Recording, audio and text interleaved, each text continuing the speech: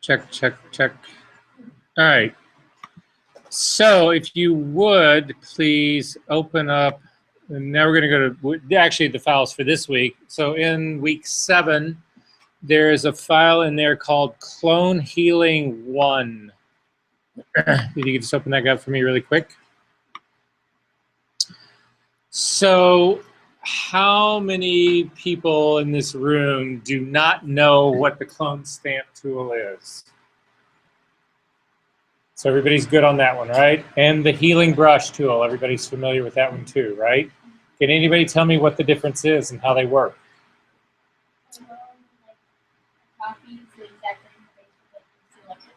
Right?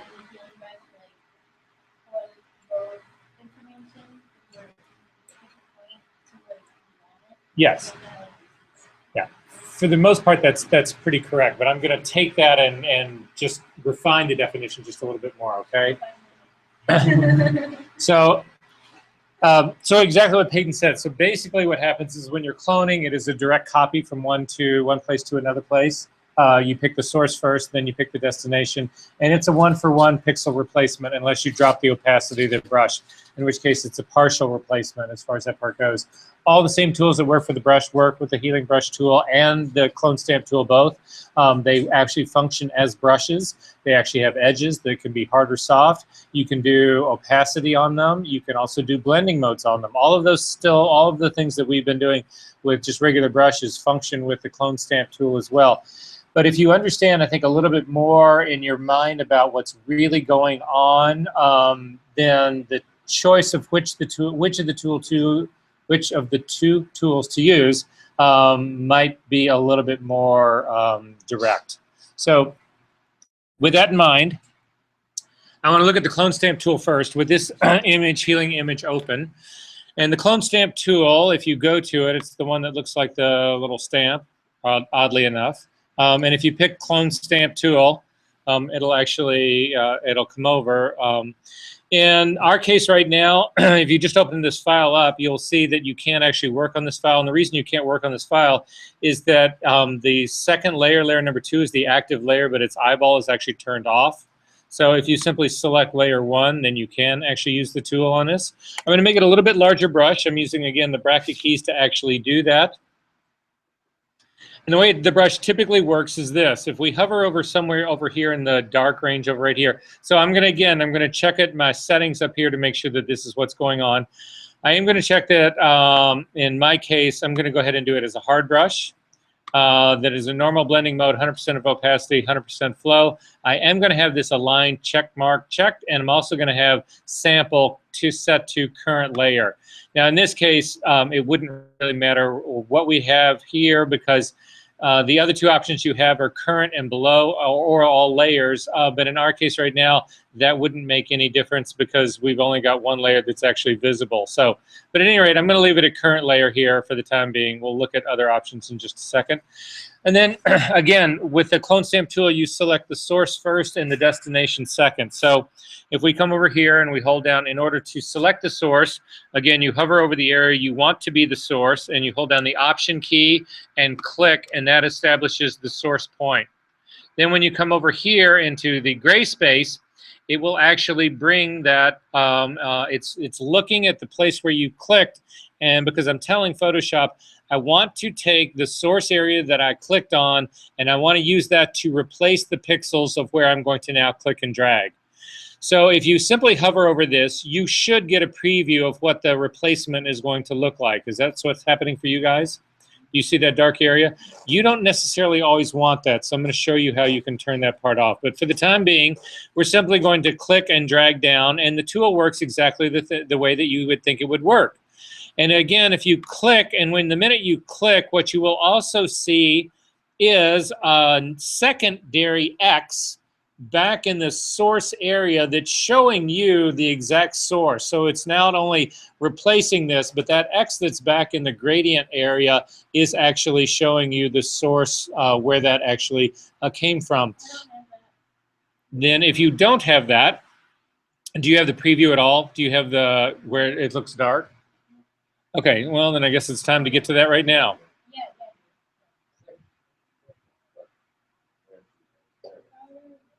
Yeah. But you'll notice as we continue to do this that basically everything stays in register. As I've moved to the left, my source is also moving to the left. So the relationship between my source and my destination is fixed. It was set when I actually, the very first time I clicked and did this. If you then go back into history, so click on your history palette and let's go back all the way back to where we opened this image up. And again, when you open it up, that second layer is going to be the active one. So go ahead and pick the background layer to make sure it is active. If instead of checking, if you don't want that to happen, you uncheck this align checkbox. And what's going to happen now is this. Again, I'm going to pick a source point that's up here in the top right-hand corner in the black. I'm going to come over and I'm going to set a destination and drag just like we did before.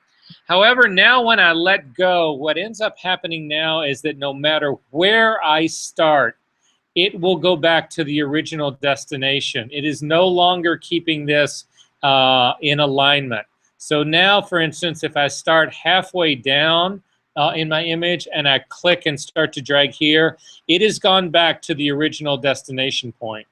As a matter of fact, if I come all the way down here at the bottom and click and start to drag, every time I let go of the mouse, it resets my source point to the place it was in the very beginning. If you've done all that, again, go back in history, back to when the image was just opened up. Make sure that this background layer is actually selected. We're going to go ahead and check on the alignment again to bring that behavior back. So all of that works pretty much as you would expect. If we go over into the gray area, and again, hold down the Option key and click to sample, we come back over and we can actually, and it works exactly the way we think it should work. If you want to get deeper into the Clone Stamp tool, you need to come up to the window menu and come down to Clone Source. And a window will open up, a palette will open up. This is your Clone Source palette right here. I'm just moving this out a little bit so you can see. What you'll see that happens in the Clone Source, and most people aren't aware of this, but you can actually have up to 5 separate remembered sources. So for instance, we have just selected a source that is up here. It's the gray part right here. Again, if you click on the top area again, you can see where that little white X is that's sort of over in the top over in there. However, if you click on this, if you look at the row of sources up here, you can click on the second source point right now and establish a brand new source. So for instance, we could now come back over to the black side, to the gradient side, hold down the Option key and click on this. We've now set a brand new source point, and we could come over here and click and drag, and it works exactly the way we thought it would. However, you can click back on your original source point, which again was somewhere over here. And now when you come back over and click and drag down, again, it's doing it based on the original first source point. You have up to 5 of these that you can actually pick. We're not going to really get into offset right now. Well, we'll look at these in just a second. But the other thing that I wanted to show you is this part right down here. This show overlay will actually, if you uncheck this, now when you actually come and you hover over your, well, let's go back. Let's get rid of all of these guys. So come all the way back up to the top to where this was opened. When you do an opening like this, it probably is also undone our source point. So again, I'm going to click the background layer on the bottom. I'm going to hover over the gray part, hold down the Option key, click to set a source point. However, now when I bring it over the top, when I bring it over my gradient, you do not see a change in this at all. And the reason you don't see the preview change is because we have unchecked this overlay. If we turn overlay back on, you get it back again. However, having overlay in some cases is a really positive thing because you can actually see what the new thing is going to look like. But having overlay on also in some cases is a problem because when you're trying to replace something, you can't see it anymore because you've covered it up with the overlay. So in those cases, you could completely uncheck the overlay, and then you'll get an outline with a cross in the middle that'll show you the center of where the replacement is. In some cases, it would be nice to see a bit of both, in which case you turn on the show overlay, and then you simply drop the opacity down to like 50%. And in this case now, you get a little bit of both. You'll see some of the background come through, but you've also got some of the replacement part, and a lot of times it's easier to actually line things up. If we crank the opacity all the way back up to 100%, that part will actually work. I want you to now actually remember, we've already clicked this gray to actually set, to set a source point. If you turn on the layer number 2 and we actually make it active again, what you'll see is happening here is that the source point has been remembered. It is remembering that the source point that we clicked was in this gray layer. So now if you come onto this and you actually do it, the source point is not on this second layer. It's actually on the original layer underneath, and it will then paint that layer up here into this one. If you've done that, hit Command Z to deselect that. Instead, what I'm going to do is set a new source point up here, and I'm going to do it on this circle. So again, I'm going to hold down the Option key and click to set a new source point. And then I'm going to come over here, and it would be nice. I'm thinking, wow, this would be nice if I could use the Clone Stamp tool to fill in the missing part right here, the missing part of this arc. However, if I click and drag it out, you'll see it's not going to fill in the missing part of the arc. The arc is actually going the completely opposite direction. If you've done that, hit Command Z again to actually delete that. Your clone can actually be changed in terms of its direction. And in our case, what we'd want to be doing here, since this is a circle, there's 360 degrees in a circle. What I'm looking to do is actually then find the opposite of this on here. So if I flip the degree of my cloning to 180 degrees, which is the exact opposite, it should give me exactly what I'm looking for. So in this angle for your clone, for my clone source that I'm doing right now, I'm going to type in 180 degrees. And now when you come over to your preview, you will actually see that it has changed now, that it's going somewhat in another direction. Again, I'm going to sample this up here. So holding down the Option key, sample this, come over here, and you can actually see that in some ways, I know it's over here somewhere that this is actually beginning to work. But the problem that I've got now is it's really hard for me to line this up because I can't really see where the beginning and the end of this gets. I mean, do you guys get what I'm what's happening here?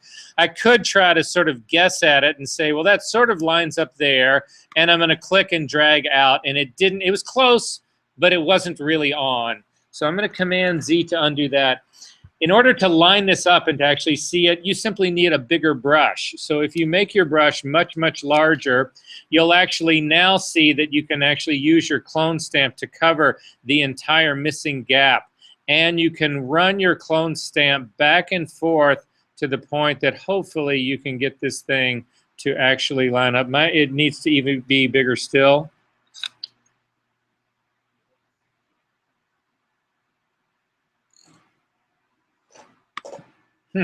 Sorry, guys.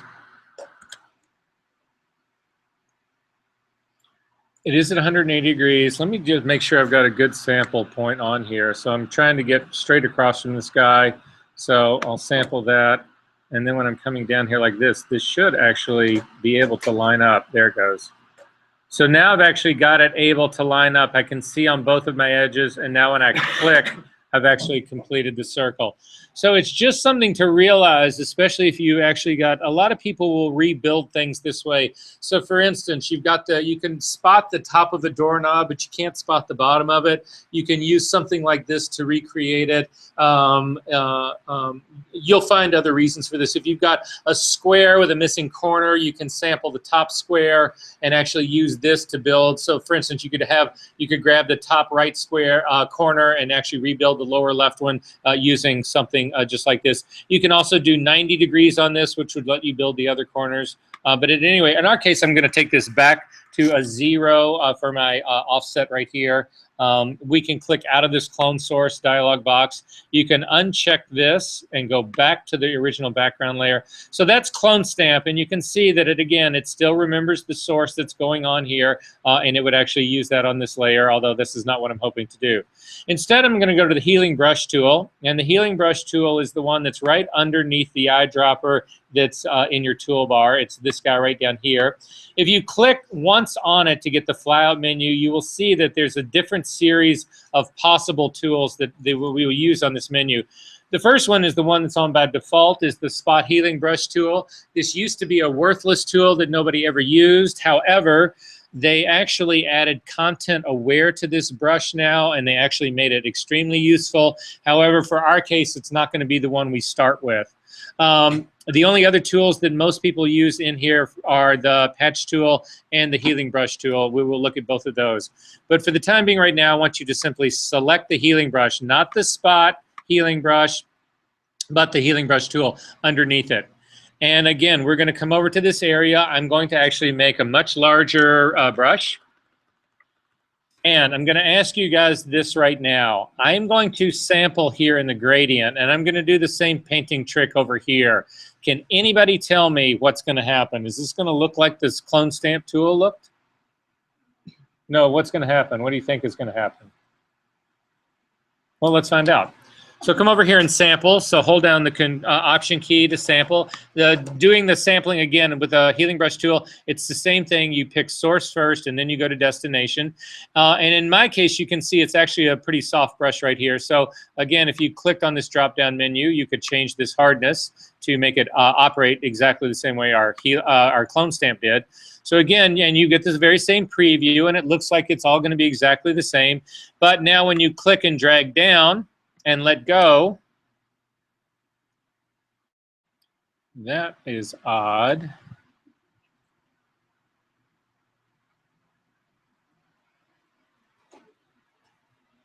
Huh. This is the very first time that has ever happened to me. What diffusion do you guys have set? 5? Let's see what 5 does.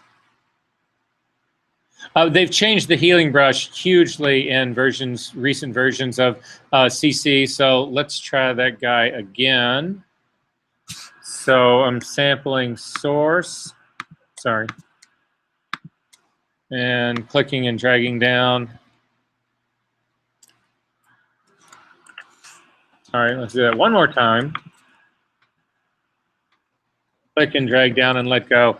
And you don't see anything that's existing here. There's no change in this at all. What's going on? Why isn't there a change in this of some kind? The reason there's no change in this is because this is how the healing brush tool actually works. It's a two-step process. It's always 2 steps. And if you keep this in your mind, then you'll know when to use this tool and when not to use the tool. What the healing brush tool does is it actually looks at the texture of the source. That's all it cares about is texture. It then replaces the texture in the destination with the texture in the source. That's step 1. Step 2 then is it looks at the surrounding area of the destination of what you replaced, and it tries to then blend that in. It tries to then take what was that surrounding area and blend it in to make the new texture have the same coloring as the surrounding area. Does that make sense? So what's happening here is I've got a gradient here, but this gradient, I created this gradient file in Photoshop. It has no texture at all. So when I sample this, I'm sampling it, I come over here, I click and I drag down, and I let go. It replaces the texture. Since there is no texture, nothing is being replaced. But then when I let go, it's looking at this gray around it, and it's actually trying to make that new texture match the area that is surrounding it. So because the texture is the same and there is no shift in color, you don't see anything change happen. You can do the reverse. So try the reverse with me. Sample in the gray spot first and come over and click and drag down here, and you will see the exact same thing. Diffusion has to do with how all of this is done. What diffusion is controlling is how much of this color replacement on the edges actually happens. This didn't used to exist in Photoshop. They changed it a long time ago. If you find that you're working with this and you hate the way this works, diffusion number 5 is actually supposed to be the way the older version of Photoshop worked. You can see how this thing will actually change. So with the diffusion of 5, go ahead and click your sample into your gradient now and click and drag down, and you see there's no change at all. If you crank your diffusion all the way up to 7 and try it again, we'll see if there's any noticeable shift in this. You still don't pick anything up there. If you, though, click and drop it down to 1, this actually has the least amount of respect for that shift in color. And now you actually do have, there is some carryover that's actually happening. So it's holding on. It's not actually blending.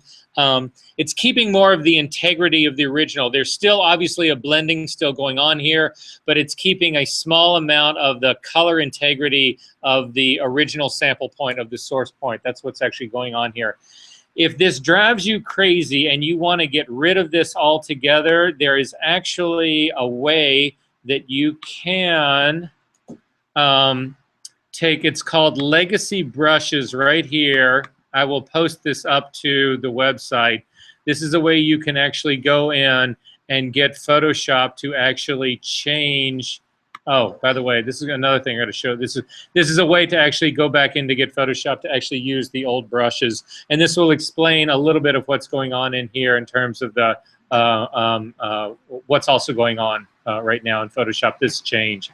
So for a lot of people, that part doesn't matter. While we are here, 2 things that you should know about. Next, it's not this coming Thursday, but it is the next Thursday. So it is Thursday, November 3rd. Phase 1 is actually doing their standout forum here in Chicago. They only do it in 5 different cities. If you go to the website, I will send this to everybody, but I just want to point this out. It's a series of seminars that are going to be held throughout the day. And these are the speakers for it right here. The one that's got me the most interested right here is that Albert Watson is actually going to be here speaking. But nonetheless, this is a chance for you to actually go to these things, see the seminars. Also, Phase will be there. You will be able to play with all their newest, latest, greatest toys. You will be able to see, meet people. It's a great networking spot. The great thing to do, I strongly suggest you guys consider doing it. You can register for free. Normally it's $65. If you click on, the instructions will be right here. I'll send them to you. But if you simply, when you're registering, if you put in EDU as the discount code, you will actually get the discount code, and that part would be great. So I'm going to send this to you over. Please look at it. I would strongly suggest if you can go. You don't have to go for the whole day. If you can only go for part of it, you should just go to part of it and check it out. It's definitely worth it. However, you're looking at me and thinking, come on, Verser, you got to do something more for me.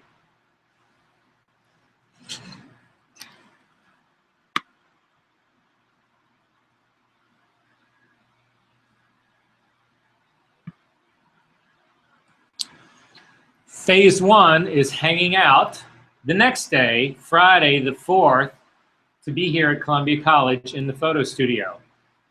They have teamed up with ProPhoto. They are bringing in a bunch of their latest backs, their cameras.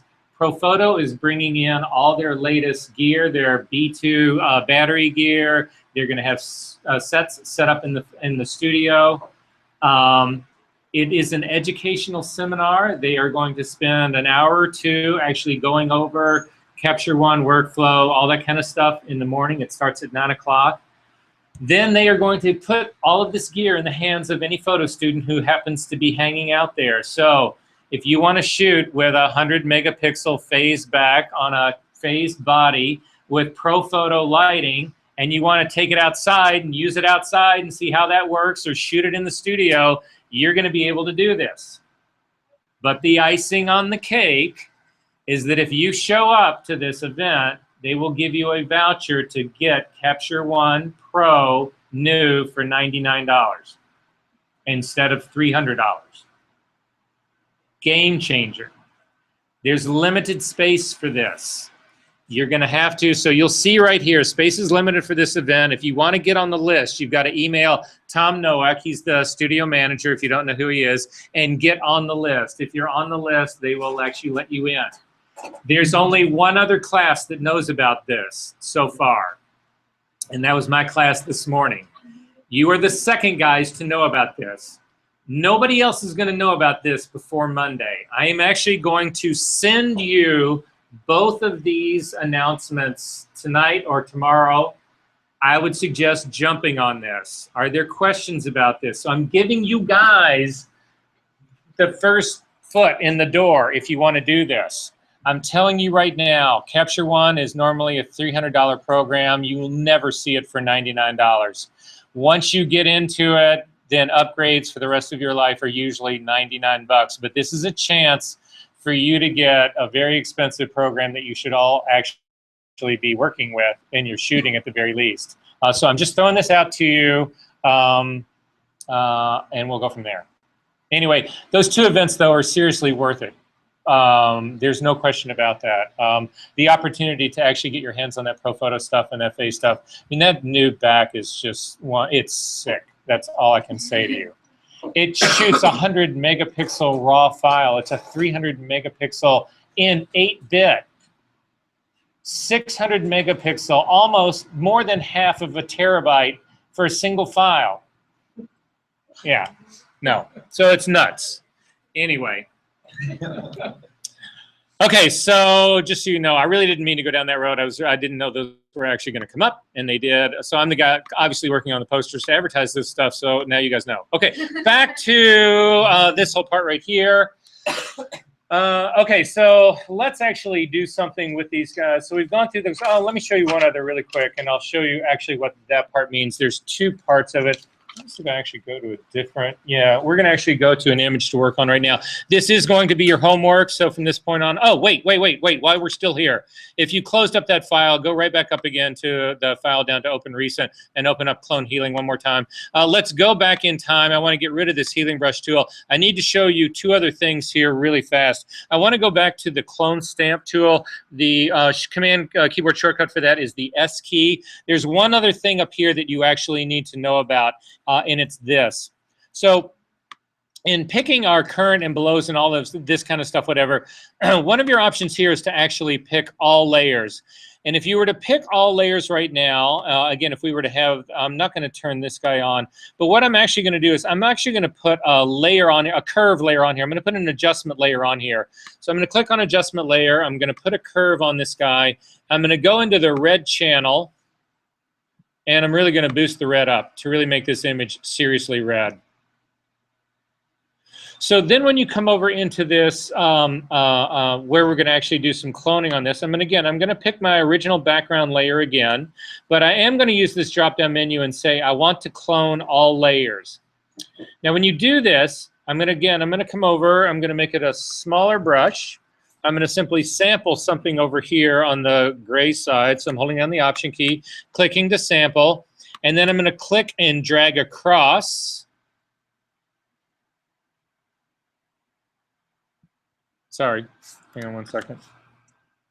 Sorry. I'm going to do something. Let's do what we've always been doing. I'm going to click on this top edge right here. So Option click to do this. Come over here and click and drag down.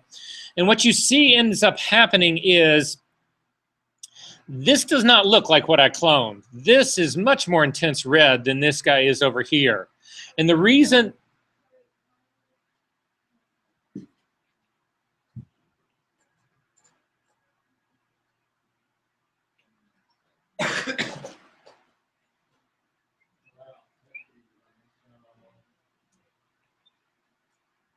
Oh, hold on.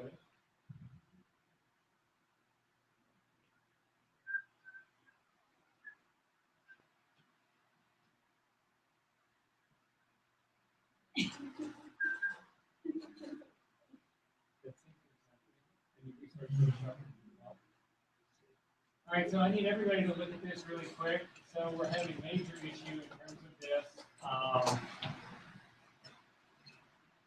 We quit Photoshop, opened it up. That didn't help. This seems to me to then be a bug, which shouldn't be happening in here.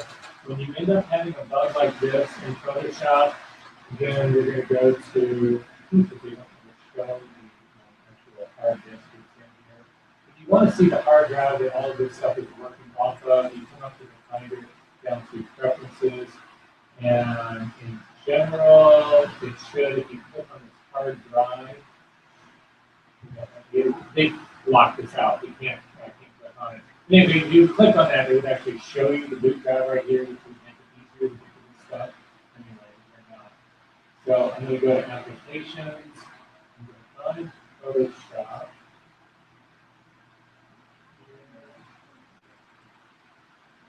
This guy, I want to reset these preferences. So I think I never remember what this is. So I think it's Command Option Shift. Click on this. Double click on this to launch it.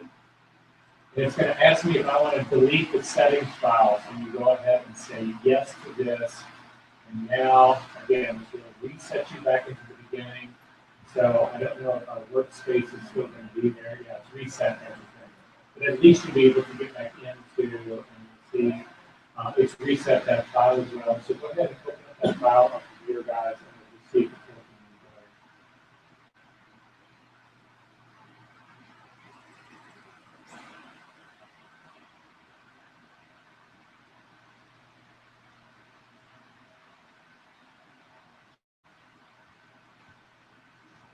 working. Yes, not here.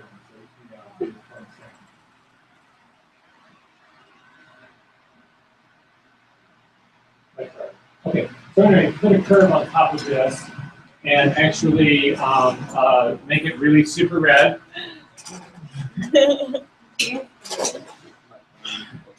And so what has ended up happening here is the consequence, what's going on here, the reason this color has shifted is that when I had all layers selected, when I did my source sample up here, it sampled all of my layers. So it sampled this curve layer. And when I did this replace here, what was going on here in the curve layer actually got replaced here. But then this curve is sitting on top of this again. So this is getting hit twice. If you turn off your curve layer, you'll see that this is indeed what was going on. This was a legitimate clone stamp of all layers. But when this layer is now turned on, that color is built in and it's being hit twice. It's being hit a second time. Does that make sense what's going on here? Does that not make sense? So if you've done this and you don't want this to happen, it's this little guy right here. If you see this little guy right here, if you click on him, what this is telling Photoshop to do is to ignore all adjustment layers when you're actually cloning. So now if we do the exact same thing, I'm just going to do it a little bit closer here. I'm going to, again, I'm going to grab another sample point. And I'm going to come over here and click and drag this down. And now you'll actually see that these things, it's now behaving the way you had anticipated to behave. If you turn off the adjustment layer, it was just a straight cloning of that. And then the adjustment layer is taking care of changing the overall color. Does that make sense? So this little guy right here is a godsend if you're actually using this. This last little thing over here is allows you to use pressure. So the pressure, this is actually to invoke your tablet. I don't think that you should actually be invoking your tablet right here. This is not the one that I would actually, and this shows up in other tools as well. This actually shows up in other brushes. So this is to enable pressure tablet sensitivity, and I would actually not do that. So let's actually do something with this. Let's close this guy up. There's a file in your folder for this week. It is going to be your homework file for this week. So I would plan on opening this, working on this, and saving it. And it's this image right here called Skin Eyes Retouch. And when this guy opens up, again, this is another file. This is one of my files, so you're welcome to work on this, but you're not welcome to put this in your retouching portfolio, because not only will I sue you, but this girl will sue you, and then she'll sue me, and then she'll sue Columbia as well. So there you go, right? So we're going to zoom in on this guy right here, and we're going to take a look. I keep calling this the cigarette burn. I have no idea what this is on the side of her face, but at any rate, makeup artist has actually tried to cover this with makeup, and sort of was a reasonably good beginning, but still not something that would actually stay there. So we need to talk about retouching big picture, little picture, all the pictures right now. So somebody comes to you and says, Verser, I've got this image. I want you to retouch this image. This is going to be for a L'Oreal ad. I've got $50,000 in a retouching budget and a month for you to do it. Will you do it? Sure. Somebody else comes to me with the very same image and says, Verser, this is one of 15 shots that we're doing for a an editorial spread that's going to run in Nowhere magazine that's got a circulation of 150. I can pay you $25 to do all 15 images, and you've got a night to do it. Am I going to approach this image the same way? No. One of them, I'm going to do this most serious possible retouching I know how to do. The other one, I'm going to try and kick that fucker out as fast as I can in as cheap, down, and dirty as way as possible. If I can get it all done in 5 minutes, that's how I'm going to do it. So the point that I'm trying to bring up right now is that the amount of retouching that you do and the way you approach the retouching, the skills, the techniques, the things that I'm going to show you not only today, but next week and the week after, all of these things have to do with the job that's at hand. What's really at stake in this? What's really involved in this? The amount of money, the amount of time, the importance, the whole, that's what's really involved in this. And so that's how we need to approach this. So what I'm going to show you today is how people who do uber high-end retouching do this. And the mantra in doing high-end retouching is that the thing that is the most sacred is skin. It is the texture of skin. Now, there's a lot of people, I can't tell you the number of people, I would say, how do you retouch this, whatever? And they'd say, oh, you duplicate the layer, you blur the shit out of it, and you put a layer mask on that, and you're good to go. I am going to say that that maybe is a viable method, but that would be for the people who have got 15 of these images for you to touch in 1 hour, and they're going to pay you $25 to do it. This is not the Maybelline people or the L'Oreal people. Those people are going to expect a completely different level of commitment on this, and so that's what I'm going to show you guys today. Does that make sense? So, because when I show you this, you are going to look at me and you are going to say, he's fucking out of his mind. Nobody does work this way. But I'm telling you right now, this is how the big boys and the big girls actually do the big stuff. So just keep that in mind. All right, before we get to that part, we're going to actually go back to where we were in terms of how we would actually deal with this. And so the tools that we're going to use, we're actually going to look at 3 different versions of how you would actually go about doing this. So in retouching, order matters. And so I need you guys to either remember this or to write this down. But this is going to play a critical role because things are going to start getting complicated now. As if they weren't complicated already enough to begin with. Can you guys see this mark? No. You can't. Let me grab a different dry marker real quick.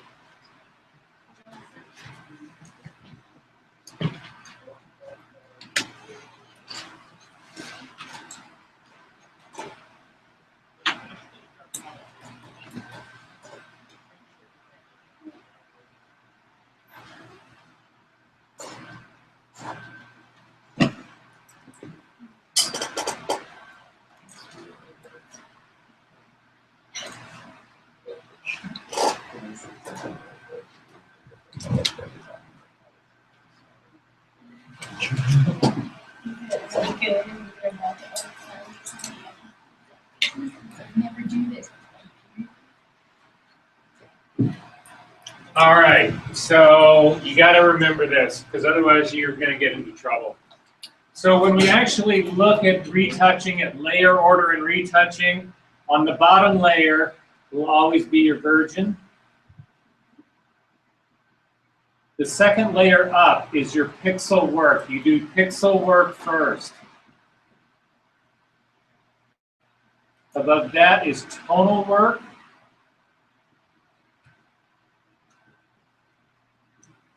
Above that is color.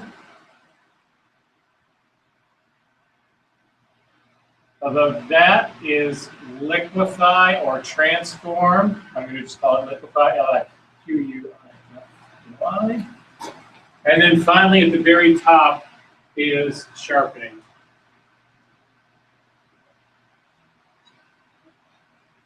Now occasionally we will actually go through these layers. This can get a little complicated. We actually might merge some of this stuff together and actually create a new layer to do pixel work up here on top and just keep stacking in this order. But we'll get to that in a little bit. But for the most part, this is the thing to keep in mind. So we are going to start out, and our very first move is to copy this guy right here. Now, yeah, well, okay, I'm getting ahead of us. Okay, good. Well, so we'll copy this guy right here. I'm going to actually double click on that and rename it Retouch.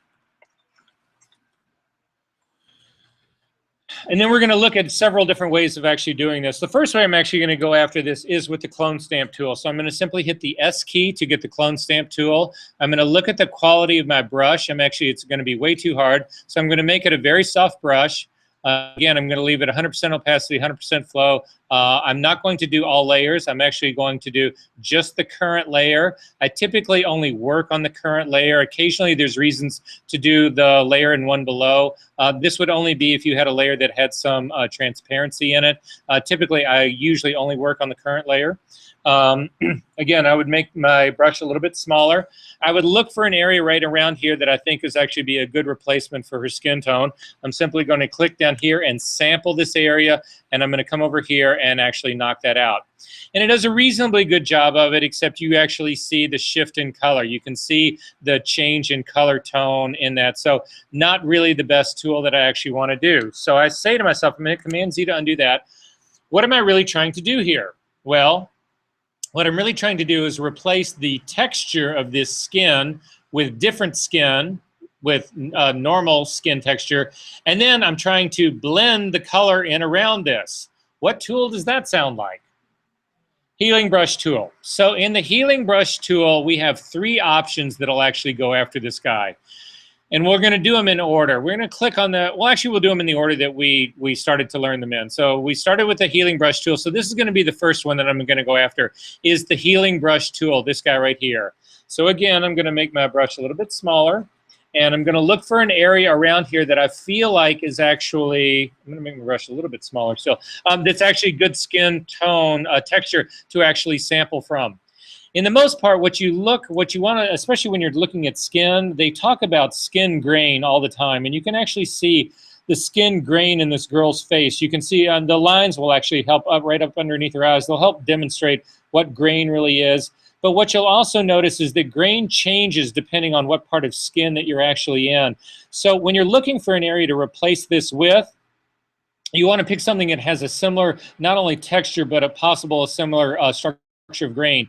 Now in our case, it's not a real player in this part, but it might be a player in some other part. So anyway, I just wanted to sort of point that part out. So for my money, I'm actually going to sample this area that's right down here below her. It's right down here. And I'm going to click on this, and that's going to set my source point. And then I'm going to come over here, and I'm going to actually change this. However, there is a issue with this. Let me see if I can get I can get my cursor away from this. This is something that you need to know. If you simply dropped your cursor down right now, it would replace the texture that's underneath this circle. However, it would then look at the surrounding area to try to blend the color in, to try to blend this new texture with the surrounding texture. Well, the problem is, if I only hit this one dot like it is right now, I've still got this whole area that's on top of it that is way, way, way darker in color. That way, way darker color will be blended into my replacement. I don't want that. It'll be an obvious fix. So instead, what you have to do with the healing brush tool is you need to paint over the entire thing in one stroke. You cannot stop and let go and come back. So you paint across the entire thing like I just have, and then you let go, and you will actually see that it's tried to blend the layer in here a little bit more, a little bit better here. Now I feel like it's actually pulled too much of a lighter color up around this. So to fix that, I'm actually going to come onto my retouching layer, and I'm going to add an opaque layer mask. To do that, the layer mask, I haven't clicked on the icon yet. If you hold down the Option key, you can click on the icon now, and it will put a black layer mask on this retouching layer. Then you can come in with a regular brush, just a standard brush. We're going to set your standard brush to normal, and I'm going to set the blending. I'm going to set my, I'm going to leave this at about this 50% hardness. That seems about right. 100% flow and 100% opacity. And then I'm going to hit the D key to default my colors to black and white. If you need to hit the X key to get white to be your foreground color, go ahead and do that. And then I'm simply going to only reveal this little bitty area right there that needed to be fixed. Not this entire area where I see too much of that halo around this guy. So that would be the first way that I would actually go after doing this. If you've gotten this far, I want you to do a history stamp of this for me. So simply click on history. We're going to do a snapshot, and we're going to call this healing brush.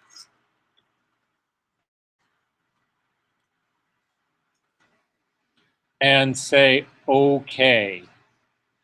I am going to turn, no, I'm not going to turn that layer off. I'm actually, yeah. I'm going to throw this, actually, I'm going to go back in history. I'm going to go back to, in history, to when we did the healing brush. It's right here. And I'm going to go back to the name change version of that. So I've got the images back. I've got both layers. I'm right back to where I started from. So that's one way of going about it. The next way you can actually go about it, again, if you click on the healing brush, is to go to the spot healing brush. When you do the spot healing brush, you'll have some options up here. Again, you will have the quality of a brush edge. So again, this is a very soft brush, which is fine. You can control the size right here. You've also got blending modes in this, and you've also got types. And in doing types, what we want to do is you want to select content aware. Content aware looks at your entire image. It assesses what's going on in your image, and it says, what would be the best way to actually replace this? Because the spot healing brush tool actually picks the source point for you. You do not pick the source point. So I'm going to make my brush a little bit larger here, and I'm simply going to come and I'm going to paint over this area. So I'm going to simply click, and you'll see that it paints it sort of like a black ink that it actually puts on this guy.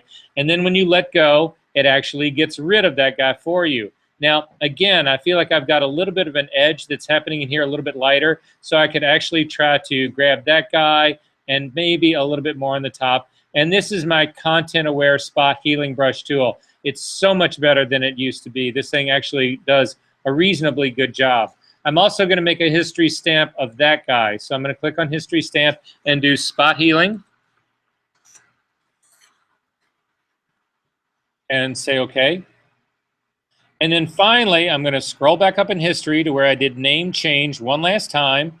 And I'm going to go after a third method. And the third method, it's on the same flyout menu here, and it is the patch tool. Now, in the patch tool, what happens is that this is actually the opposite of how other stuff works. In the patch tool, you actually select the destination first. So you select the problem area. So in my case, you get the lasso. You get a crosshair that functions like a lasso tool, and it works just like a lasso tool. As a matter of fact, if you click and you go around this guy like this, you can actually add to it. So for instance, if you hold down the space bar, the shift key, you could actually add to another selection. It works just like the selection tool does. I just hit Command Z to undo that. If you hold down the Option key, you can actually get rid of some of the selection. Again, works just like the selection tool works. However, if you hover in the middle of your selection, it turns into the patch tool icon. And what those arrows are indicating to you is that you need to drag this thing to your source area. So this now, instead, we've selected the destination first, not the source. And now we drag this to be the destination, to what we want it to actually be like. So I'm going to drag it down to that very same area, and I'm going to actually let go, hit Command D to deselect, and I'm actually going to do a third snapshot on this in history and call this the patch tool. And say OK. Then I'm going to go up and I'm going to look at my 3 different healing versions. So I'm going to click on the healing brush tool. That's what that one looked like. I'm going to click on the spot healing tool. That's it. And I'm going to click on the patch tool. Which do you guys like the best? You like the original healing brush? I'm going after the patch tool on mine. Yeah, patch tool. Anyway, the point being is that you guys now know how to go through all of those steps, figure that whole part out. So In this particular case, this is how this would actually have to be done. This is such a radical change in correction that this is how it would have to be done. However, there are other things on this girl that are going to be completely different, and that's what I'm going to show you right now. Because that part is pretty self-evident. But the part that I want to show you now, again, this is how the really uber high-end retouchers do it. This takes forever. I'm going to show you this. We're going to do this girl based on this method, and so at least you have the experience of how to actually do this stuff. So I'm going to focus on the pimple right now that's on the bottom of her chin. If you guys can come over and you can actually look at the very same thing. Why am I actually seeing a pimple here? Why does that look like a pimple? What's really going on? I have shadows and highlights, right? That's how all dimension ends up happening in two-dimensional illusions of three-dimension is shadows and highlight give it volume, right? So if I could get rid of those shadows and highlights, would the pimple go away? Yes, it would. How can I get rid of those shadows and highlights? How do I lighten up shadows and darken down highlights? From Photography 101, dodge and burn. Isn't that what gets rid of highlights and shadows, or makes, I can make shadows darker, but I can make them lighter. I can make highlights darker, I can make them lighter. That's all dodging and burning, right? So that's actually what we're gonna do on this. This is the way we're gonna actually get rid of this guy. We're actually going to use a dodge and burning layer here. How do you guys do dodging and burning in Photoshop? I have a soft light layer, I'm hearing some of that. Anybody else doing any other ways?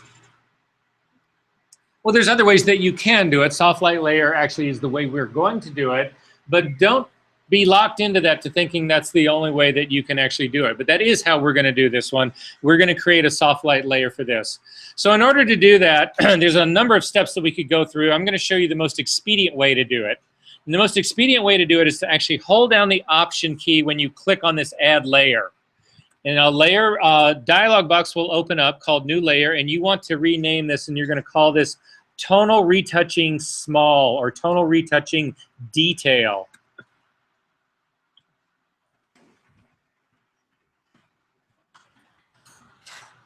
I'm going to change my, I'm beginning to like small better. I'm going to do a Tonal Retouching Small. Don't hit OK yet.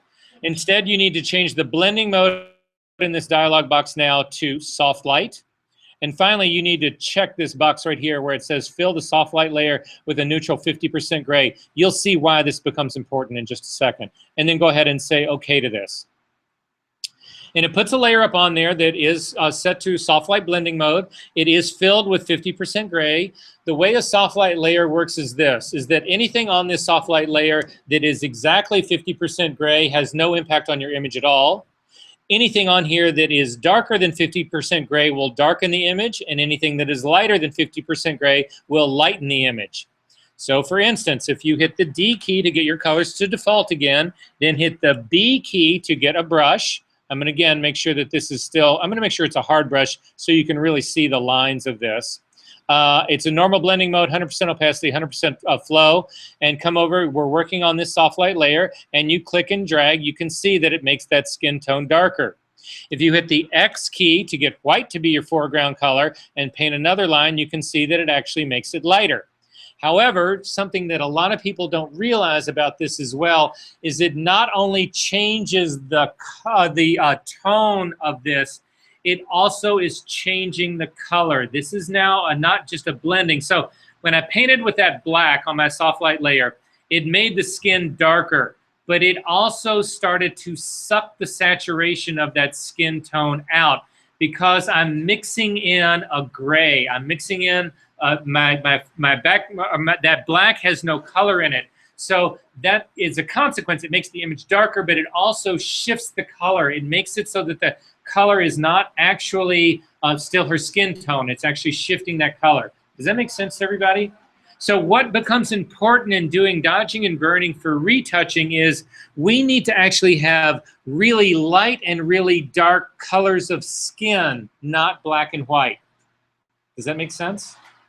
So we're going to make those right now. These are going to be our new dodging and burning colors. I need you to go back in history 2 steps to get rid of those strokes. We're actually going to build dodging and burning colors. Now I'm going to zoom. I'm going to just hold down the hand to come down here just a second to actually see. I'm going to click on my foreground color right now. It brings up the color picker dialog box. And I'm going to sample the highlight that is on the top of this girl's nose. And that actually gives me a color sample, a very light color of her skin. You will see that the hue here is 24. That's simply the degrees. Remember, we've talked about what this is before. 0 degrees is red. So anyway, that's what this is. But we have 2 other things that we can change in this. The first thing is, once we establish the color of her skin, I can click then on the saturation button, and I can actually reduce the saturation a little bit. You don't want to completely strip it out, but this color that I've sampled, the tip of her nose, is not light enough to be a legitimate dodging color in this. So I'm going to drop the saturation a little bit. I don't really know how much, so I'm going to actually hit the brightness as well. I'm going to take the brightness up to close to somewhere in the low to mid 90s. I still feel like I've got a little too much saturation in there, so I'm going to suck just a little bit more of that guy out, and that's feeling like a better lightness, a better lighter skin tone, maybe just a little touch brighter. You don't want to take all the saturation out. That would defeat the purpose, because then again, that would simply make this a gray color, which would defeat our purpose. So this is a very light skin tone that I can actually use to do my dodging for this to make things lighter. So I'm going to go ahead and say okay to that. And you can see the color sitting right here. Now I'm going to do my burning color, so that is going to be my background color. So I'm going to click on this to bring up that color picker. I've just selected the color in the background. In this case, I'm also going to sample a part of her skin, but actually I'm going to actually sample her nostril. However, the area that's right in here in the deepest, darkest part of her nostril is actually completely in shadow. It's void of color, so there's no color really in here to sample. You're better off on sampling a darker color that's out here, like on the sort of rim of her nostril. And again, that's going to pull in a darker color for me. You can see it up here in the color sampler dialog box. Ironically, what you'll also see is that the hue is not that far off from the highlight color. Our highlight color hue was an angle of 20 degrees. This is an angle of 20, I mean, it was 24 degrees. This is an angle of 20. These are incredibly close to one another. What is not close, though, is the brightness. So again, I'm going to select the brightness button after I've selected this sample, and I'm going to drag my brightness slider down till I get to a relatively dark brown, and I'm looking at it right here. I typically don't change the saturation on this at all. This color is so dark, it has so little saturation to begin with in it. If you click on the saturation and start to suck this out, you get to gray really, really, really quickly. So I'm not going to do that. I'm going to leave it here. So if you want the same tones that I've got, it was a hue of 20, a saturation of 50, and a brightness of 14. And I'm going to say okay to that. So these are now my dodging and my burning colors. The drag that we've got right now is that there are times where I'm going to want to do other work on this, and we have not saved these colors. So if you want to save these colors, this is the one time that I actually do use the color swatches palette. To get to that, you simply come up to the window, down to color, down to swatches, right here. A dialog box will open up. A palette will actually open up. In your palette, there's a flyout menu that sits right here, depending on how you want to view this.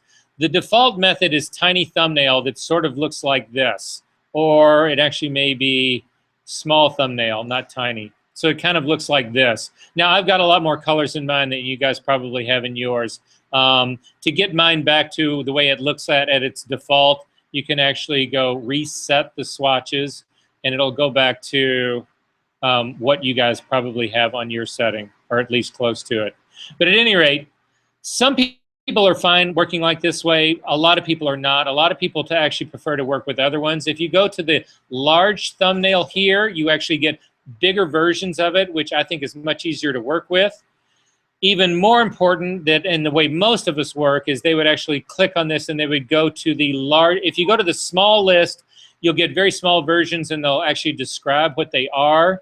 Or you can go to the large list, and again, you get a drop down, and it explains exactly what these guys are. So instead of just having colors hanging out there, they actually have labels on them, and it'll tell you what they are. But in our case, all I want to do is add my dodging and burning colors to this list. I can do it in the long list right here. As a matter of fact, let's go ahead and do it in the long list. In order to do that, my foreground color right now is my dodging color. If you come over here and you simply click on the dog-eared guy down at the bottom, you will get a thing that comes up saying, do you want to add this swatch? And I'm going to say yes, and I'm going to call this skin dodge and say okay to that. It will then put it at the end of my list right here, and it will also label it. And it'll also throw up this library thing that I actually hate. To get to the next one, to actually have your burning color in there, you can simply hit the X key or reverse these colors. And again, now that you've got your darker color on the top, click on the swatch again. And again, you would name this skin burn. Burning skin, I like that even better. And say okay to that. Now, if you were to ever change this color, so if it's, say, for instance, you were to click on that and pick some other color and say, oh, God, I really wish I could get back to my skin burning color, you can open up your swatches palette, simply click on the skin burning color, and you're back there. You can also simply rebuild the color. It's very fast and easy to do. Finally, two other things that we need to get set up really quick, and we're actually doing okay here. I'm going to zoom into this, and actually I'm going to come in. I'm roughly at about 200% to actually work on this image. However, the technique that I'm going to show you, this can take off on you really quick. And what ends up happening is that you're looking at something and you're so close into this, you lose the more overall general perspective of what's really going on here. So what a lot of retouchers will do, especially if you've got the screen real estate to do this, is they will create a second view of this window, a second version of this. And they'll have one version that's really zoomed in that lets them do the detailed work, but they'll have another version that's zoomed out so they can see what's really going on zoomed out. And in order to do that, you do not duplicate this image. If you were to come up to image and come down to duplicate, you would create a completely separate version of this file. That will not help you. What you want is simply another view of this file. To do that, you come up to the window menu and you come down to arrange. And in the arrange menu down here, you've got new window for Skin Eyes Retouch, and you open that up. This is now going to be my pulled back view version of it. This is going to be my in tight version of it. And I simply move this so that I can see both of these guys at the same time. Does that make sense what's going on here? I'm going to do my retouching in the real detailed version, but I can also watch to make sure that things aren't going. Again, what happens is that you get blindsided when you're doing this really detailed work, and all of a sudden you'll think it looks perfect here, and you zoom out and you'll spot that it doesn't really look that good out here. So we're almost there. We're almost finished setup. So to finish the setup on this, I am going to hit the B key to get a brush tool. I am going to make sure that this is a soft brush. So again, I'm going to click on this, a completely soft brush on this. This is where our whole conversation about flow and opacity came in. So do you guys remember the difference in flow and opacity? Should we go over that really quickly? Okay, hit Command N just to bring up a new dialog box. And just create a new image. Typically, I just do an 8x10. I don't care what the resolution is. Make it a white background and simply say okay to that. It'll bring up a new image like this. We can go ahead and stay with this dark brown color that we've actually got. With 100% opacity in our brush, we can actually click and drag back and forth across like this, and that gives us 100% of that color. If we drop our opacity down to 50% or 45, something like that, as you start to click and drag across, no matter how long you click and drag across this guy, it never gets any darker. You have to actually stop, lift your cursor, lift your stylus off of your tablet, and come back and hit it again. But at this point, it doesn't get any, you get to this dark stage, it doesn't get any darker. And then the same thing happens, so you lift the stylus, and again, you have to continue to lift your stylus to build it. That's how opacity works. If you are going to do dots, you would do this. Simply hit a dot, and that puts down 50% or 45. Hit it again, it continues to build. And you see as you continue to tap, tap, tap, it ends up building up that opacity. If you crank your opacity back up to 100% and then crank your flow, and we need to take flow down even further. Take flow down to around 25% or something like that. What you see happening in Flow now is this. As you click and drag and come back and forth, it continues to lay down your ink. You never have to lift your tablet. You never have to lift your cursor up off this guy. If you're going to do the tap, tap, tap thing, you don't actually do taps. What you do is you slowly just jockey you're slowly doing really small little circles around this to build up tone. So the difference in the two of these is one actually requires lifting your stylus and dropping it back down. The other one simply requires movement over time. So that is the difference in flow and opacity. In our case, doing this work, I'm going to strongly suggest that you start out using 100% flow and decrease your opacity. It's much easier to get control of this. When you get really super good at this, what a lot of people will do is they will leave their opacity up at 100%. They will do a really small flow because it takes less wrist action to do what I'm actually going to show you how to do. So in our case, we are going to work with opacity instead. We're going to drop the opacity down to 6%. So drag this thing all the way down to 6%. Again, if you can't get there really easy, you can drag across this and simply type in a 6 and hit the return key. You can use the scrubby slider. However you need to get there, you need to get to 6%. We've got a normal blending mode and we've got a completely soft brush. That's what I've got going on here. I'm actually going to start, I'm going to zoom in on this layer over here into my pimple. I'm going to go in one more layer. I'm actually in at 300% right now. Again, I'm going to move it just to the side so I can still see my zoomed out version of this. Then I'm going to use the bracket keys to get the brush to be just about the size of the highlight that's on the tip of that pimple right there. And that's the first thing that I'm going to go after. I'm actually going to try to do it here with my burning color. So here's the $1 million trick, and you need to listen to this one right now. If you don't take anything else away from this class, it's this right now. You do not paint with your stylist anymore. You tap. So the thing in your mind that you need to think of is tap, tap, tap, tap, tap, tap, tap, tap, tap. Do not go in and lay your stylus down and try to draw something out. That works for everything that you do in tonal retouching.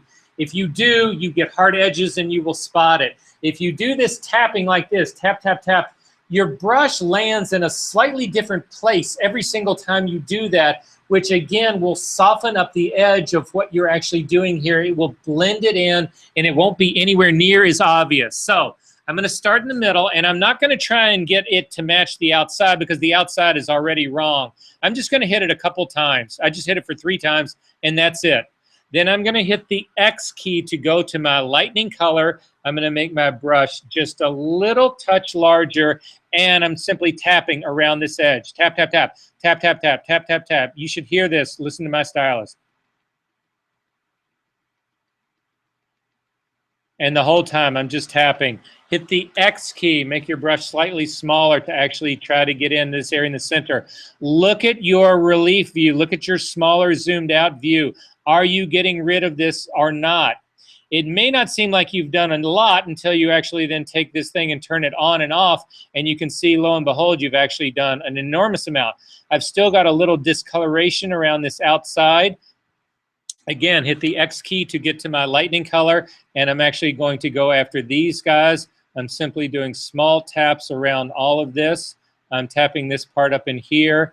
And what you now see that I've actually got here, my result in all of this, is I have eliminated the pimple, and I have not done anything to the tonal, to the structure of this girl's skin. The skin is still there. You cannot do this with the healing brush tool or the clone stamp tool. What happens in the healing brush tool, I need everybody to look up here because this is the only way I can explain it. It's very difficult to see. But if you were going to use the clone stamp tool or the healing brush tool on this, you would never use a hard edge. You would always use a soft edge, right? Because if you used a hard edge, you would see the spot that you actually did it on. As a matter of fact, we can look at it. If you turn off your retouching layer right here, go ahead and turn it off. Hit the S key to get your healing brush tool and make sure that it is a completely hard brush, 100% hard brush. A normal blending mode, 100% opacity, 100% flow. Come over into this area, make your brush a little bit smaller so it's roughly the size of this pimple, about that size. I'm going to simply sample an area of skin down here to actually do this with. You need to be on your retouching layer to do this. Down here like this. and I'm going to actually drop it on top of that. And you spot the dot. You see the dot, big as life. Not only is it a different color, but because it has such a hard edge, there's no way that you can avoid that. So you say to yourself, well, instead of doing that, I'm going to do it with a soft edge brush. So you would hit Command-Z to undo that. You would take your brush and you would say, I'm going to do this with a soft brush. And you would do the exact same thing. And you might say to yourself, well, that looks really good. But the problem is this.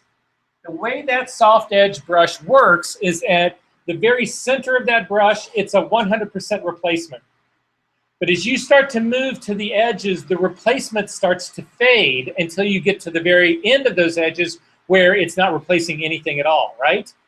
So in the area where you're getting that fade on the edge of those brushes, on that soft part, you've still got original texture of skin that is showing through, and you've got new texture of skin that you're putting on top of it. Does that make sense? You are then mixing those textures. The fastest way to destroy legitimate skin texture is to do this blending of textures. Does that make sense?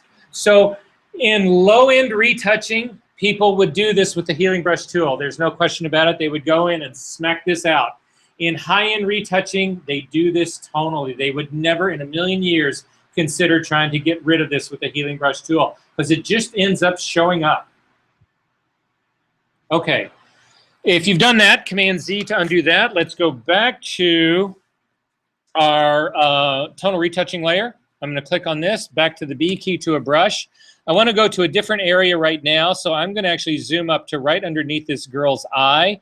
There's a series of lines that are right underneath this girl's eye. I'm going to actually zoom out just a little touch so it's a little bit easier to see. This is another area that we are going to actually fix tonally, and this is another one that, again, technique has everything in how you actually do this. I'm going to make my brush slightly smaller to do this. Now, again, I need to lighten up these lines. This tonal retouching is the single best way to do this. However, your temptation may be to come in here and actually try to click along and paint along this line.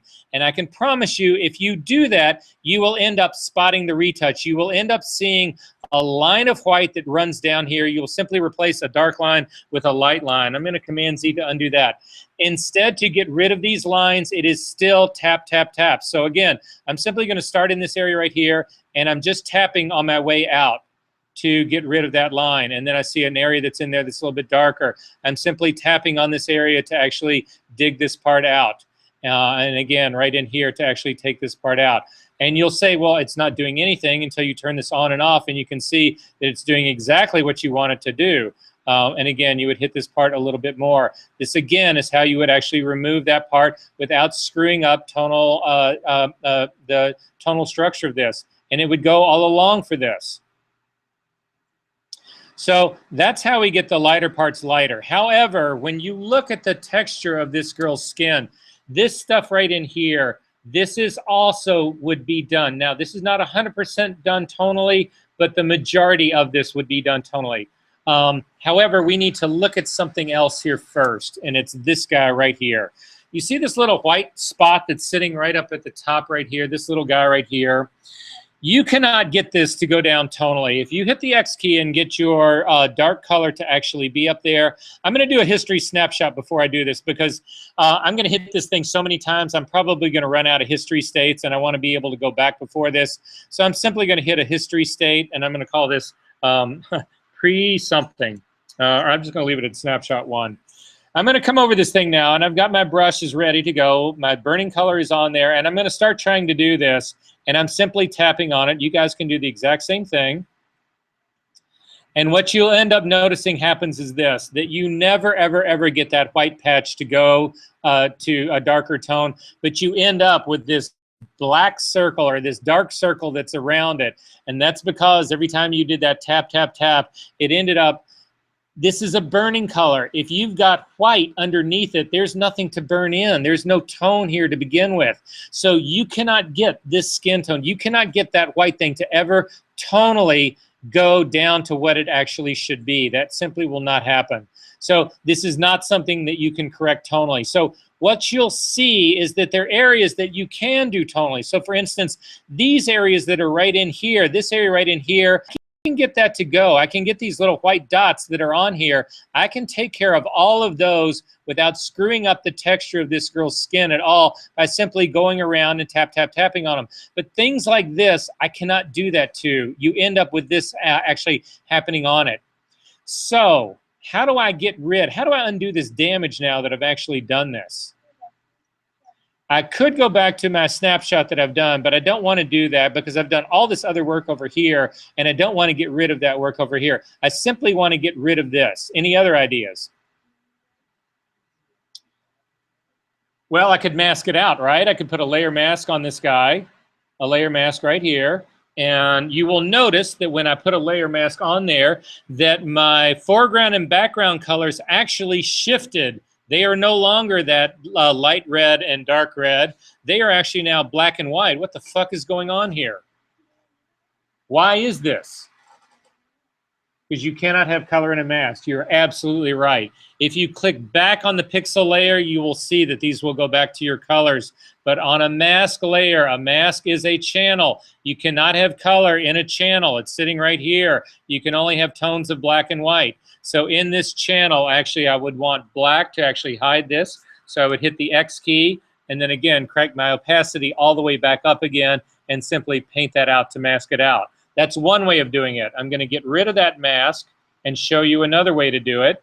I'm going to hit delete to simply get rid of the mask. That thing is still back there. I want to fix this thing. To actually see this thing, if you hold down your Option key and click on the eyeball, you can actually view this thing all by itself. This is actually what my tonal retouching layer is starting to work to be like. And the reason that I actually had you fill this image with gray is exactly what you're seeing right here. If this was a blank layer or an empty layer and you had stuff on it that was this faint, you would never be able to spot this. But filling this with a neutral gray layer allows you to spot your retouching. So, and you can spot it from a mile away. You can actually see this thing all the way zoomed out. You'll know exactly where it is. So that's why this thing is actually filled with gray. But what does 50% gray do on this layer? Does it have any impact on my image at all? None at all, right? So if I want to get rid of this, I simply hit the L key to get the lasso tool. I circle around this guy. I come up to my edit menu down to fill, and I fill this with 50% gray, and that is now gone. And if you now look at turn your other two layers on, you'll see that that little dot is gone from around it. To see what that looks like, again, I'll show it to you so you can see it with the other two layers on. Again, I'm working on my tonal retouching layer. I've simply put a circle around this guy, working on this layer, and I'm going to, again, fill this guy with 50% gray, and that mistake goes away. Command-D to deselect. So how do you get rid of this thing? Well, I would actually do it using the healing brush tool. But again, this is tie-in retouching. I'm getting paid the fortune to do this. So I have got to use the healing brush tool to do the minimal amount of changing of skin that I can possibly do. How many people in this room, when you do your healing brush work and you do your clone stamp work on an empty layer? Okay, so let's work on an empty layer and let's see what that actually looks like. Even though I've got a retouch layer going on here, I'm going to do this on an empty layer. And I just want to show you what's going on here. So I'm going to select my retouch layer because, again, we are going back to pixel work. Pixel work happens underneath the tonal work. Tonal work is always on top of pixel work. So I'm going back to my retouch layer. I'm going to put a blank layer on this, an empty layer on this. And I'm going to go after the healing brush tool. The shortcut for that is the J key, but you have to then make sure that whatever you left here last time is actually the one still has been selected. So I'm going to go back to the healing brush tool where I get to sample the color. I'm actually going to make this a much smaller brush. So there's two things to think about when you're actually doing this, when we're considering this. The first is where you would actually source this. And what I can tell you about source is this. Again, in high-end retouching, you want to do the minimal amount of change possible. So since this pixel is already light, I want to pick a lighter source point as opposed to a darker source point. So you can see there's an area right here that's actually lighter in the whole skin that's around here. There's an area here that's actually lighter that I could actually sample to do this. There's another area up here that's actually a little bit darker that I wouldn't pick because, again, since this is already light, I want it to, the least amount of change is going to come from sampling up here. So I can actually hold down my the healing brush tool, and I can click on this guy, and I can come over here and try and take that out. And again, it's not working because I've only got current layer to actually pick here, and there's nothing on my current layer. So I can change this drop-down menu to do current and below, because that will now sample the layer that's actually below this blank one. And I can do the same thing again. I can come down here and I can click on that, and it gets rid of it. And that would be great. However, I've charged you with actually doing the least amount of change in here that is imaginable. And the least amount of change in here, I'm going to hit Command Z to undo that. The true least amount on this would have been if I changed the blending mode of my healing brush from normal to darken. Because if blending modes actually will work here, then what will happen is that I should the only thing that should change would be anything that was being made darker. Nothing that would be made lighter should actually be working here. So I'm going to try the same thing again. I'm going to click and sample out here, and I'm going to come in, and it all appears to be working. And you would say to yourself, or you would think to yourself, okay, blending modes are doing a great job here. It would only darken that area, so it won't do anything else. However, if you come over and you click on the catch light on this girl's eye, and you make this your source sample, so I'm going to click on this to actually sample, and then I'm going to come out here into the darker part of her eyeball, and I'm going to click and drag out here. This happened to me last time, son of a bitch. Let me change my diffusion back up to 5, which is where your guys should actually be. Let's try this with the clone stamp tool then. So we'll see what goes on there. Oh, actually, this would be the clone stamp tool anyway. So we'll grab the clone stamp tool. We're going to do the same thing. We're going to do the clone stamp tool. We're going to change the clone stamp tool's blending mode to darken only. So again, I'm going to sample this catch light in her eye, holding down the option key and clicking on sample. And I'm going to come down, and it's still not showing that up as darkening, which is, oh, because I'm only on current layer for this guy as well. So again, click current and below. Sooner or later, I'm going to get to this, guys. Sooner or later. I'm going to click on one more time, sampling this guy, coming down here, and you can see that indeed, even though I've got a blending mode of darken, that it actually is making this area lighter. And the problem that you've got in using blend modes is the fact that this is a transparent layer. You cannot use blending modes in a transparent layer. There's nothing in this layer to actually blend. A blend mode actually is the interaction, a mathematical interaction between two layers. There's nothing in this layer, so there's nothing for it to mathematically interact with. So if you want to use blending modes, you have to use it with a pixel layer. So you would throw this retouching layer away, and then we're going to actually copy this retouching layer to make a duplicate of it. We can turn all of these guys on. Now I can actually use blending modes. We're going to do the very same thing using the clone stamp tool, and you'll see right now. If you then again click the sample on the catch light on her eye and then come down to actually paint, you'll see that this blending mode is being respected. I can't make that lighter because it's set to darken. If I change this, however, to lighten, now my blending mode actually will lighten up. It will actually this. So blending modes are now being respected here. I'm going to hit Command Z to undo that. So instead, I'm going to go to my healing brush tool. Now using the healing brush tool set to darken, the only single thing that will ever change is that little white dot. Everything around that little white dot is going to remain unchanged. So holding down the sample key to sample color here and take care of that guy to get rid of it. Does that make sense what's going on here? Now you remember I said to you guys before, what does the healing brush actually do? Two-step process. What's the first part? Texture. What's the second part? Exactly. It looks around it to blend it. So If you could pick a skin texture that you would like all these little white dots to be, you would actually never have to use your sampling tool again. And it works like this.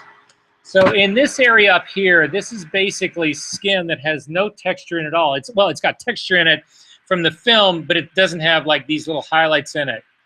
If you uncheck this aligned sample tool right here and you come up, and at this point right here, you hold down your option key and you click to do a sample of point right up here. I am going to leave my blending mode at darken, but now you'll see when I go over to hit this pixel point right here, you'll actually see the little X source point still up here. And I'm going to click on that and you'll see it's really hard to see it, but I do have that X source point that's up sort of near the corner of her eye. It grabbed that texture, it put it in this spot right here, and then it looked at the area around this and it got rid of that texture. So then you can actually simply hit all these points all over. I can simply hit these as dots all over. I don't have to resample anything. It's always going after this same original texture right here. And it would be what I would use to get rid of the brightest of these guys. And then you can simply zip around your image. I'm not resampling anything. I'm simply going after the brightest of the, and it's constantly going back to that original texture. Because again, I've already got bad texture down here. Why on earth would I sample bad texture down here to actually replace this? So I would get rid of these last remaining super bright hot spots like this.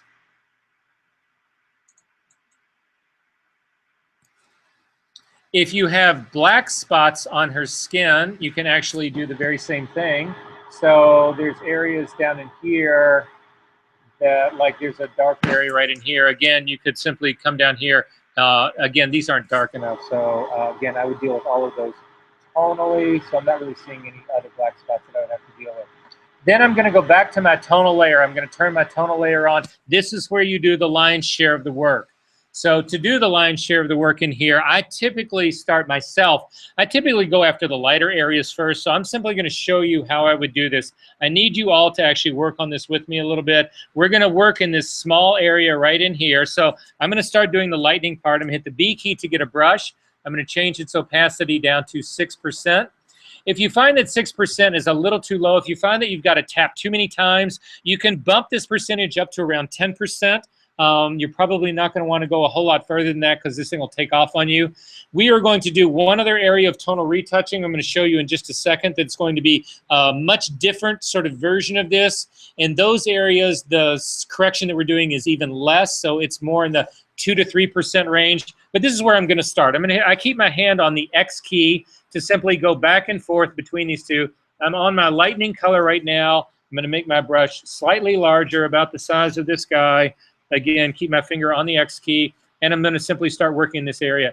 And I go all over the place. I work around a whole lot. I don't stay in one area. If you continue to stay in one area, your retouching starts to become really obvious. And I'm going to continue to sort of lighten this part up a little bit around in here. I'm really sort of going after, again, it's all tap, tap, tap. It's all tap, tap, tap. I hit the X key to go after the darkening little parts in here, and I'm just trying to blend these skin tones in. Hit the X key. I went a little too far on that to actually do a little more lightening up. Go in here, a little bit more darkening in here like this. Again, and lightening up to come up here. I'm going to start working around other areas to keep doing this guy. And you think to yourself, well, you haven't done anything at all until you do this. And all of a sudden you can see you're actually making this monster shift in this skin. To see what that actually looks like on your other more zoomed out image, I'm going to zoom in just a slight touch so you can sort of see what's going on in this area right here and look at the difference of what I've actually done. I'm totally beginning to smooth this girl's skin out. However, I have not changed one iota of the texture of this girl's skin. It's all completely, I haven't changed anything. So again, I tend to stay in smaller areas like this. Back to the B key to make sure I'm on that. On my lightning guy right now, and I'm going to continue to simply work like this. And again, I typically do a lot of one first before I go after the other.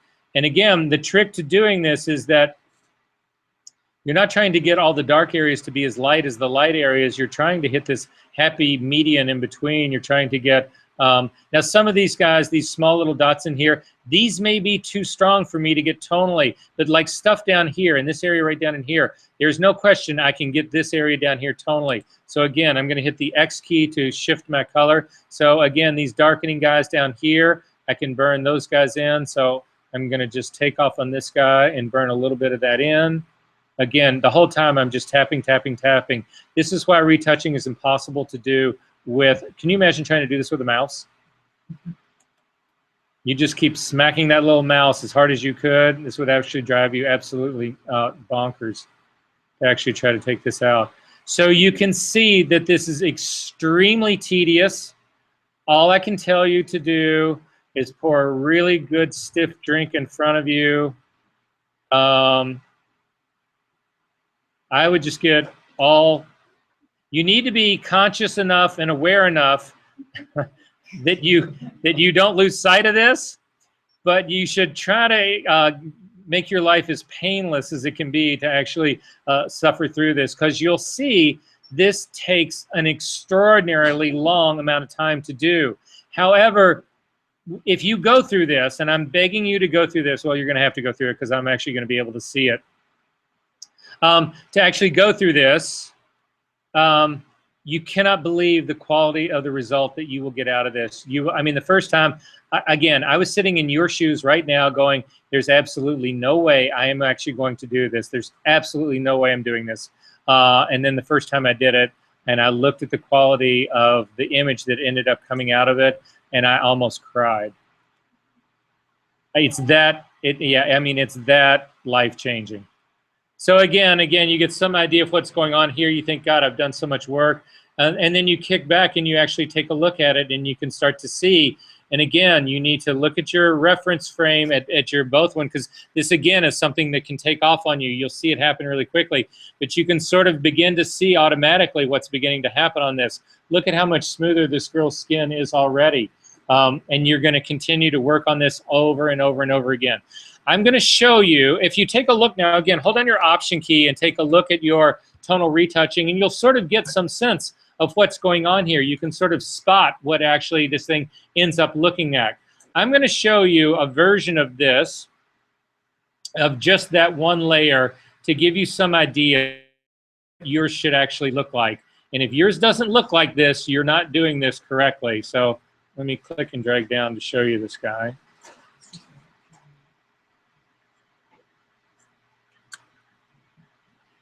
This is what a good version of these things begins to look like.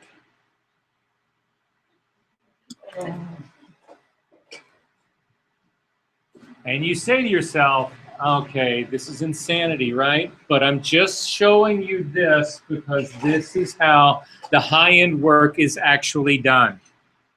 So again, if somebody comes to you and says, I got $200 for you to retouch this image, this is not what you do. But when you get to that level where you're doing the shit for L'Oreal, or you're doing it for Maybelline, or you're doing it for any of the cosmetics people, whatever, this is the scale that this thing actually goes to. This is how it's done. Are there questions about this? All right, I've got to show you one last thing, which is good because we got 10 minutes to go, and it'll be the last thing I'll show you in tonal retouching. So I'm going to turn mine back on. Actually, everybody back on. Okay, so it is, when you saw the thing that I just showed you, you see the amount of detail work that's in there. And that's why this thing is actually called Tonal Retouch Small. However, there's other areas of this, and these other areas are areas of tonal work that you would actually do even if it was a cheap retouch job. Okay, so the small detail work that we've just done clearly has got to be a high-end client that you're doing this for. However, there are bigger, larger areas of this image now that I need to fix, and I need to fix them tonally, that I would do regardless of how I fixed this area of skin right here and this area of skin right here. So by the way, it's not just this cheek. When you go to retouch this, you've got another cheek over here you need to look at. You've got her forehead up here you need to look at. And you've got her chin down here. All of that needs to be done. Tonal detail work. However, the other part is something that you would do regardless of how you fix this. So let's say you went and you did the healing brush tool on all of this. If that's the way you're going to do it, again, if they're going to only pay you so much money, that's fine. But the next tonal retouching that I'm going to show you would be something that you would still do, even for a cheaper image. And what it is for, it's for these larger areas that need to be smoothed out. So when people do makeup, when people use foundation in makeup on their faces, what is it they're really trying to do with foundation? Say what? Yeah, they're trying to even out the skin tone. Everybody's skin by nature is blotchy. There's lighter areas and darker areas. Sometimes that can get into real serious color, but usually it's a tonal thing. And so to apply foundation over the whole thing, what you're trying to do is give yourself one tone, and that's what we are going to actually do. It's the very same idea in doing this next round of tonal retouching. And the reason you want to keep this separate from this one is this. If we take this larger area of tonal retouching, let's say we make a mistake. Well, I showed you guys how you can fix a mistake. You simply go into that mistaken area and you select it and you fill it with 50% gray and you get rid of it. But if you do that on your, if you've done all this incredibly small detail work and then you start to do all this large work on top of it and you screw the large part up, you have to erase all the small detail work that you did to begin with, and you will hate your life. So you separate these into a second tonal retouching layer. So again, it's made the same way. Hold down the Option key, click on the dog-eared guy. It will bring up another layer. You name this one Tonal Retouch Large.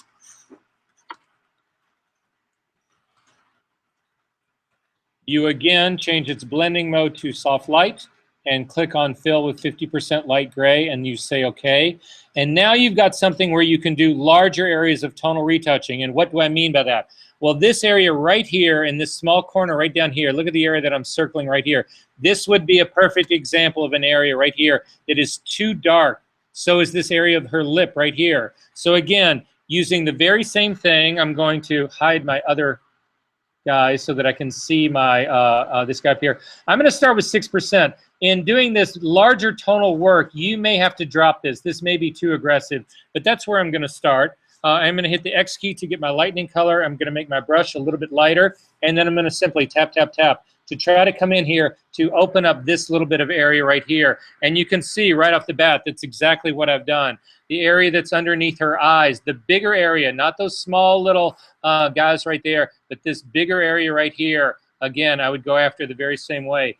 Then again, her upper lip right here, I would actually go after this to try to smooth this part out right here. This shadow that's on the other side of her lip over here, this whole shadow that's actually giving her this sort of like mustache area in here right here. And I can see again, you can see how quick this is gone. I mean, I've only hit this with a few taps, and it's just taken this, it's too aggressive. This 6% is too aggressive. So I'm going to get rid of all of this by simply filling this layer again with 50% gray. And then I'm going to reduce my opacity down to like a 3%. And I'm going to go after it again. And I have much better control on this right now. I don't hit that anywhere near as fast. And again, I would go after this part of her mustache guy right here. And now I'm doing a lot of work, and you guys are saying, well, I don't see any change at all. I don't see anything shifting here at all. But then look at this. You sure do see a major shift. Does that make sense what we're doing here? You've got to keep these things separate, because if you screw this top one up and it's actually all this work is done on your detail guy, then when you go to fill, when you go to do that fill with gray to get rid of it, you're going to lose your hours and hours and hours of detail work that you've actually done. To show you a final example of what this ultimately looks like, I'm going to show you one last file. So this would be an example of doing strictly large-scale tonal retouching, and the difference that it makes on this girl. Yeah, it's huge. So even though it seems shockingly subtle what we're actually doing here, this is the, it's not the icing on the cake. This is the stuff that separates you from everybody else. Is so you would go through and you would smooth the skin out first completely. All the small little pores and pocks, the pimples, the cigarette burn, you would take care of all of that first. Then you would go back in and you would actually use this to smooth out the larger areas of tonal blotchiness of this girl's skin. And if you do this right, I'm telling you, you cannot believe the difference that this will make. You'll just be shocked. And again, you show somebody this ability, these skills. Does it take a lot of time? You're damn right it takes a lot of time. But the results are flawless. How many of you go in and you look at the, you pick up a magazine and you look at half the shit, the beauty stuff, it's ridiculously plastic. This is how you keep it real. Are there questions about this? Okay, so for your homework next week, due next week, is simply you're going to retouch the skin eyes. So you're going to use tonal and pixel retouching both. The other thing I want you to do is fill in the hole that's in this girl's hair. You need to fix the cigarette patch. We've already done that. And you need to whiten her eyes and her teeth. So I'm going to show you one last pixel retouch here, and it would be how we would actually fix the hair. We've got 5 minutes to do it, and that's about all it'll take. I'm going to close up my other detail. You'll notice here, when you click to close up one of these two windows, you don't get the save dialog box because you're simply closing up a view. You're not closing up the file itself. I've still got this guy going right here. So this is how I would fix this girl's hair. I'm going to come back down. It's pixel work. So I'm going to come back down to my retouching layer. I've actually got two of them going right now. One was made from the other. So if I want to merge, remember I was just doing the little clone stamp tool and the healing brush tool on this layer. I did the cigarette patch one on this one. If I want to simply merge these two, you select the top one, hold down the command key and hit the letter E, and it will just merge the top one down into the bottom one. It gives the resulting layer the bottom one's name. So whatever the bottom one's name is the one it gets. So anyway, I've got this is actually now my retouching layer. I am going to go back to my pasteboard, the F key. I'm going to hit the L key to get my lasso, and I'm going to select every bit of this girl's hair that I can get my hands on. So I've made a giant selection right here. I'm going to Command J to jump that to its own layer. It's now got its own layer that I can actually move around. So I am on this layer. It is active. I'm going to drop its opacity, hit the V key, and you'll see that I can actually move this guy around. However, if I simply move it over to try to get rid of it, what you end up again with is a repeating pattern here. This is like using the clone stamp tool in alignment mode where you simply get a repeating pattern. That is not going to help you. What will help you instead, though, is to transform this thing, which is what I'm going to do. Command T to transform it. I'm going to rotate it, which will certainly break at least part of the immediate patterning. I'm also going to stretch it out in both directions, and I might even collapse it a little bit. Just what I'm trying to do is come up with something. It was made from this hair, but is different than this hair so that I can actually use it to fix this hair on this girl's face. So I don't know exactly where it belongs. I don't really care right now. I'm going to go ahead and hit the return key to do that transform. I'm then going to drag the opacity all the way back up again, and then I'm going to sort of just guess about where it should sort of be, and that I sort of feel like that's where it's going to be.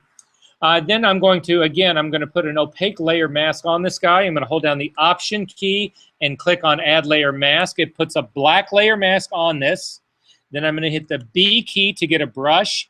I'm going to make sure that this is not a completely soft brush, because again, if you use a completely soft brush, you will get areas of the old hair and the new hair that blend at the edges. So I don't want to use a completely hard brush either, because I'll spot the fix that I'm using here. So instead, I'm going to crank it to about a 50% hardness brush. I'm going to take my opacity all the way back up to 100% again. Again, I'm working on a layer mask, so my colors have defaulted to, there is no color in here. I'm going to hit the X key to get white as my foreground color. I'm going to make my brush slightly larger in order to cover this hunk of space right here, and I'm just simply paint in a line right here. Now, in my case, I'm going to go ahead and paint the line all the way through, so from edge to edge. This is what my mask actually looks like. And the reason I do edge to edge is that even though it might look good to you to start a hair fix in the middle, the truth of it is you're actually starting a hair patch and all of a sudden hair is springing out of nowhere. That would not be the case. So typically you would want to carry this thing, whatever fix you're going to do, from one edge all the way to the other, and then have new hair to do this complete thing, as opposed to this. as opposed to having your hair start right here in the middle. All of a sudden the hair starts and then it ends. So you wouldn't want to actually do that. So I'm going to turn this guy back on. However, my hair is actually in the wrong place. My mask is in the right place, but the hair is in the wrong place. So to leave the mask where it is, but move the hair around, you simply click on the chain link between these two to get rid of it. Now, if you click on the mask, you can move the mask. Again, I'm going to hit transform again because it lets me move the hair around, but it'll also let me to continue to rotate it, to transform it, to stretch it out, to actually give me a little bit better here so that I can actually get this hair patch to fit slightly better, to actually move it around. Does that make sense what we're doing here? No? We did this exact same thing last time. So you've got it moving around, and click on the chain in between this. Is your mask in the right place? You might need one mask. So you need to paint something on the mask first. So hit your brush, peaky. Make sure white is your foreground color. Do it, check to see your brush, the hardness of your brush. It is 50%, that's fine. Opacity is all the way up, normal, normal, great. Come over here in your image and hit on that mask to reveal what's underneath it. So paint on the mask. What's going on here? What's underneath the mask right here? So let's start from the beginning. Hit the L key to get the last tool. Select all of the hair. Big chunk of it. All of it. That's good. Good. Command J. Jump to there. Perfect. We're going to put an opaque layer mask on there. So on option key. Put the black on there. Put the D key again for the two brush. And then we're going to just paint a line right down here that cover the open stuff. And it's done. You can see it in the map. The reason you haven't moved this thing so it hasn't changed. So click on the link between the two to break the chain. Click on this layer, the pixel, actually move it, and that hit the D key to move it from your seat. You can now move this. Just move it. Just click and drag. And you can see you're moving it around, right? But we want to actually transform it. So if you hit Command T, you're not going to transform that up like that. You now change this. So, for instance, if you bring your mouse to the outside, you can actually rotate this box. Okay, good, fine. Come back here in the middle, scoot it back up in place. You can actually stretch the box out longer to make it longer. So click on that and stretch it out. And let's just say okay now. Just hit okay.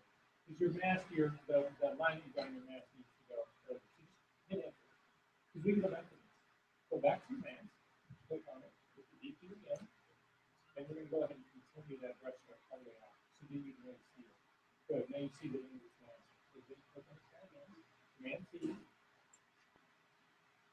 And now you can keep moving it around. You can rotate it, you can move it, you can get it. So anyway, the last thing I want to show you is this. Because there's a good chance you're not going to get this all in one stroke really quick.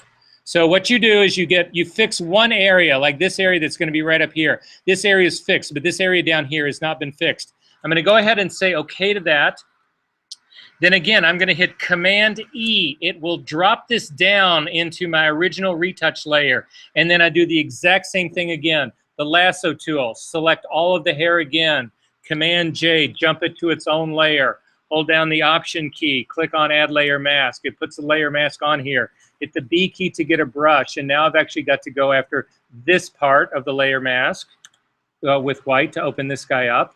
And again, click on the chain link between the two to break that link.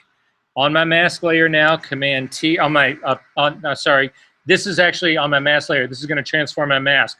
I don't want to do that. I want to click on the pixel layer, Command T, and again, I can rotate this now to come in and fix the other layer part that I didn't fix. And again, transform this so that you don't have repeating hair. And you just continue to do this on and on and on until you get something that looks right. So we have got to get out of here. So save your work and pack up, and we got a haul. I want everybody to look up at my screen really quick to show you the homework that I have. If you don't see it, I don't have it.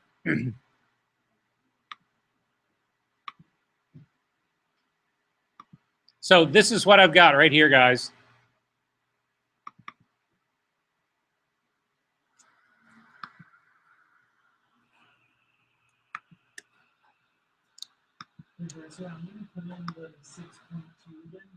Okay, do it now.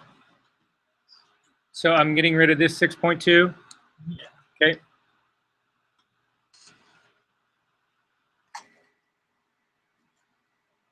Yeah, and I'll wait till you guys get stuff up here, but kind of do it quick.